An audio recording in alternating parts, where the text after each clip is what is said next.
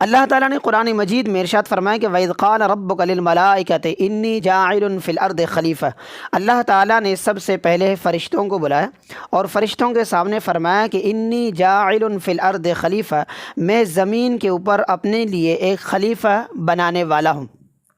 فرشتوں نے عرض کی، قالوا، فرشتے کہنے لگے، اتجعل فیہا من یفسد فیہا ویسفک الدماء، مولا تو زمین پر انسان کو خلیفہ بنائے گا جو زمین پر جا کر خون خرابہ کرے گا، فساد کرے گا۔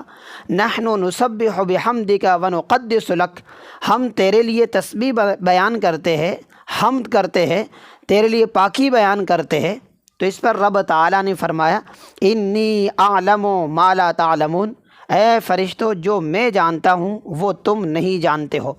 اب اس آیت مبارکہ کو سب سے پہلے اگر ہم اس پر غور کرتے ہیں، سب سے پہلے اللہ تعالیٰ نے فرشتوں سے فرمایا کہ میں زمین پر اپنے لیے ایک خلیفہ بنانے والا ہوں۔ فرشتوں نے فوراً سے ایک اعتراض کیا کہ مولا جسے تو زمین پر خلیفہ بنائے گا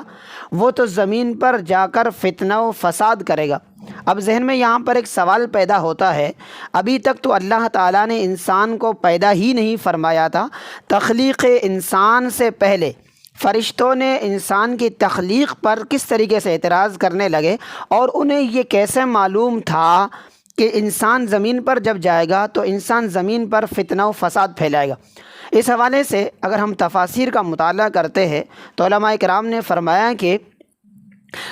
جس طریقے سے آج دنیا کے اندر انسان موجود ہے، جس طریقے سے آج دنیا کے اندر انسان حکمرانی کرتا ہے،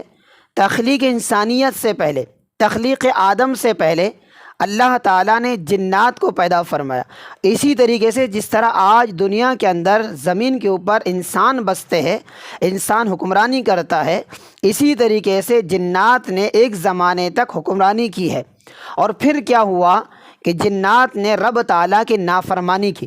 جب جنات نافرمانی کی طرف چلے گئے تو اللہ تعالیٰ نے ان کی حکومت کو سلب کر دیا، ان کی خلافت کو اللہ تعالیٰ نے ان سے چھین لیا۔